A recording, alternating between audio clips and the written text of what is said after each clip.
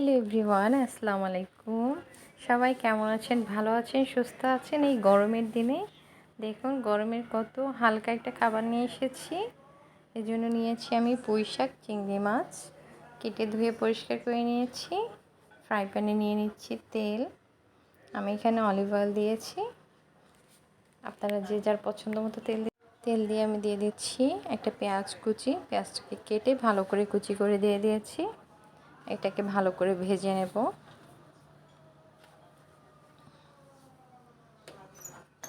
পেঁয়াজটাকে একটু brown colour ভেজে নিচ্ছি। ব্রাউন কালার করে আমি দিয়ে দিচ্ছি এখানে 4-5টি রসুন কুচি। রসুন কুচিটাকে দিয়ে ভালো করে ভেজে নেব। শাকের সাথে কিন্তু আপনার রসুনটা বেশ ভালো লাগে। এটা হচ্ছে পুঁই শাকের চচ্চড়ি। নিশ্চয়ই সবাই এভাবে বানিয়ে খেয়েছেন, কিন্তু আজকে একটু ভিন্নভাবে আমি দেখাচ্ছি। আমি 2টো কাঁচামরিচ দিয়ে দিয়েছি এখানে। এটাকে দিয়ে ভালো মতো ভেজে নেব। এটাকে দিয়ে কাঁচামরিচ লাল মরিচটাকে দিয়ে ভালো করে ভেজে নিচ্ছি। দিয়ে দিচ্ছি লবণ 1/2 টিস্পুন, আর দিয়ে দিচ্ছি 1/2 টিস্পুন হলুদের গুঁড়ো। আমি মশলা এখানে একদমই ইউজ করছি না, শুধু একটু সামান্য পরিমাণ হলুদ দিয়েছি। এখন দিয়ে দিচ্ছি চিংড়ি মাছটাকে মশলার সাথে ভালো করে ভেজে নেব। চিংড়ি মাছটা যে একবারে আমি চিংড়ি মাছের জন্য শুধু হলুদ দিয়েছি। তো আমি কখনোই শাকে হলুদ ব্যবহার করি না, কারণ কালারটা আমার মনে হয় চেঞ্জ হয়ে যায়। তোমরা চাইলে দিতে পারো, নয়তো স্কিপ করতে পারো। আর চিংড়ি মাছের জন্য একটু হলুদ দিলে দেখতে ভালো লাগে, সুন্দর হয় জিনিসটা। যে দেখো মাছটাকে ভালো করে উল্টে পাল্টে ভেজে নিচ্ছি।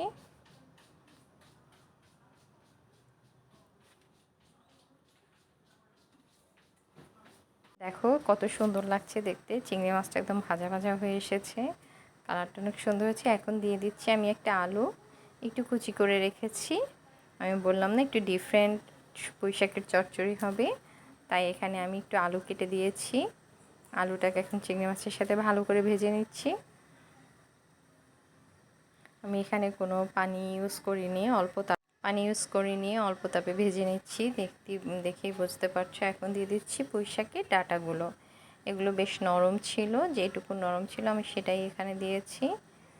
আলু চিংড়ি মাছের সাথে ডাঁটাটাও দিয়ে ভালো করে ভেজে নেব। খুব নরম ছিল ডাঁটাগুলো, তাই দিয়েছি। তোমরা চাইলে দিতে পারো ডাঁটাগুলো, না চাইলে না স্কিপ করতে পারো। বাট দিলে একটু ভালো লাগে, অন্যরকম একটু স্বাদ আসে, যেহেতু আলুর সাথে এটা ভালো একসাথে সিদ্ধ হয়ে যাবে।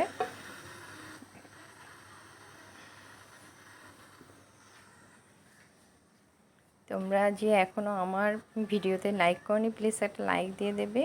এখন দিয়ে দিচ্ছি একটুখানি মিষ্টি কুমড়া কুচি করে। মিষ্টি কুমড়া দিলে কিন্তু এর স্বাদ অনেক গুণে বেড়ে যায়। এখানে 2 স্লাইস মিষ্টি কুমড়া দিয়েছি আমি, ছোট ছোট করে কেটে। এগুলোকে ভালো করে ভেজে নিচ্ছি। যে দেখো দেখেই বোঝা যাচ্ছে কত সুন্দর কালারফুল হয়েছে। শুধু পুঁই শাক না, পুঁই শাকের সাথে আমি আলু কুচি এবং মিষ্টি কুমড়ো দিয়েছি, মিষ্টি কুমড়ো কুচি। এটাকে ভালো করে ভেজে নিচ্ছি।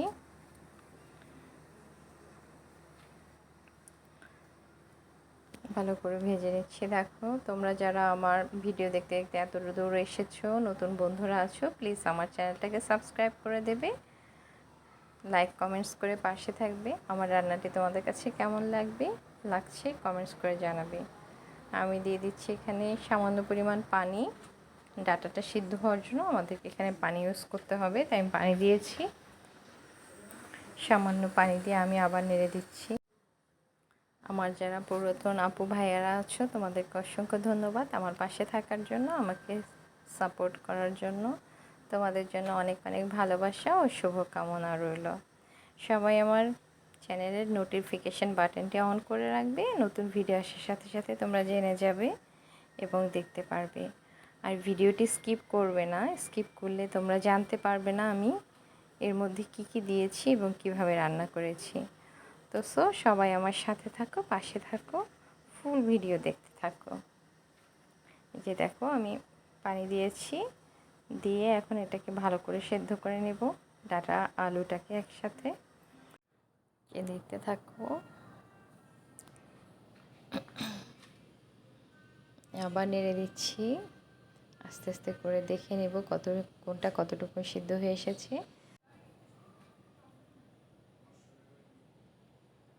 ঢাকনা দিয়ে ঢেকে দেব, চেক করে নেব কতক্ষণ পরে পরে কি অবস্থা আমাদের সবজির। একবার তোমরা এটা রান্না করে খেয়ে দেখবে অবশ্যই, তারপর তোমরা অন্যভাবে রান্না করতে ভুলেই যাবে। আমি নিশ্চিত তোমাদের ভীষণ ভালো লাগবে রান্নাটি। আমার আলু ডাঁটা সিদ্ধ হয়ে গিয়েছে, এখন আমি পুঁই শাকের পাতাগুলো দিয়ে দিচ্ছি শাকগুলোকে। দেখো শাকগুলো কত সুন্দর ফ্রেশ কালারফুল, একদম গ্রিন কালার, খুবই সুন্দর লাগছে দেখতে। শাক রান্নার সময় তোমরা অবশ্যই শাকের কালারের দিকে খেয়াল রাখবে। হলুদ দিতে চাইলে খুবই সামান্য পরিমাণে দিবে, এতে করে শাকের কালারটা সুন্দর থাকে, টেস্টও ভীষণ ভালো থাকে এই হলুদ কম দিলে। আর শাকে মশলা একেবারেই ইউজ না করাই ভালো। আমি যেমন খুব সামান্য পরিমাণ মশলাতে শুধু হলুদ দিয়েছি, আর কিছু ইউজ করিনি, আর রসুন পেঁয়াজ কাঁচামরিচ, খুব কম মশলাতে খুব কম তেলে শাক রান্না হচ্ছে। এটা খুবই হেলদি আমাদের জন্য। আমরা সবসময় অবশ্যই চেষ্টা করব কম তেলে কম মশলার খাবার খেতে। দেখো আমার শাকটাও কিন্তু সিদ্ধ হয়ে এসেছে, দেখতে কত সুন্দর লাগছে, দেখেই বোঝা যাচ্ছে খেতে কিন্তু অনেক সুস্বাদু হয়েছে। আমি পুঁই শাক রান্না করলে ঠিক এভাবেই করি, আমার ভীষণ পছন্দ এভাবে রান্না করা। আর এটা বাচ্চাদের তো খুবই ইজিলি খাওয়ানো যাচ্ছে তোমার, যেহেতু মিষ্টি কুমড়া আছে, পুঁই শাক, আলু সব আছে, তো প্রত্যেকটা সবজির টেস্ট এখানে চলে এসেছে। দেখো এই যে আমার শাকও সিদ্ধ হয়ে গিয়েছে, ডাঁটা মিষ্টি কুমড়া সব একদম সিদ্ধ হয়ে একদম পারফেক্ট রান্না হয়ে গিয়েছে। তারপর আমি একটু এটাকে টাক দিয়ে দিয়ে ভেঙে দিচ্ছি, মিশিয়ে দিচ্ছি শাকের সাথে মিষ্টি কুমড়োটা আর আলুটাকে, যার জন্য খেতে আরও বেশি মজার হয়। এটা তোমরা ভেঙে দেবে এভাবে, খুব ভালো লাগবে। আমি খুব সহজভাবে খুব সুন্দরভাবে তোমাদেরকে রেসিপিটি দেখিয়ে দিলাম। ইজি রান্না, রুমুস রেসিপি মানে ইজি রান্না। আমি ইজি রান্না করতে বেশি পছন্দ করি।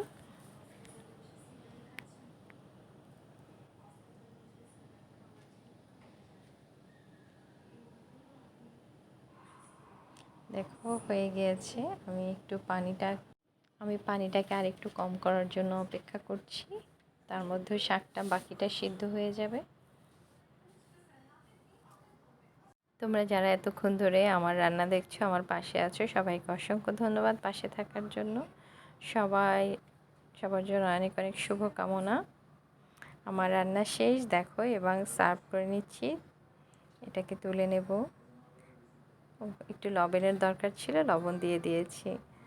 দেখো লবণটা কিন্তু তোমরা তোমাদের স্বাদ অনুসারে দেবে।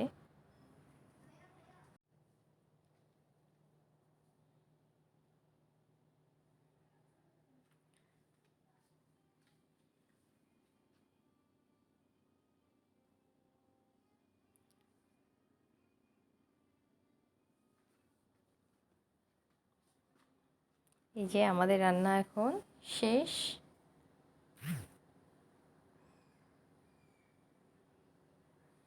তারপরে একটু ভালো করে ভাপিয়ে নিচ্ছি।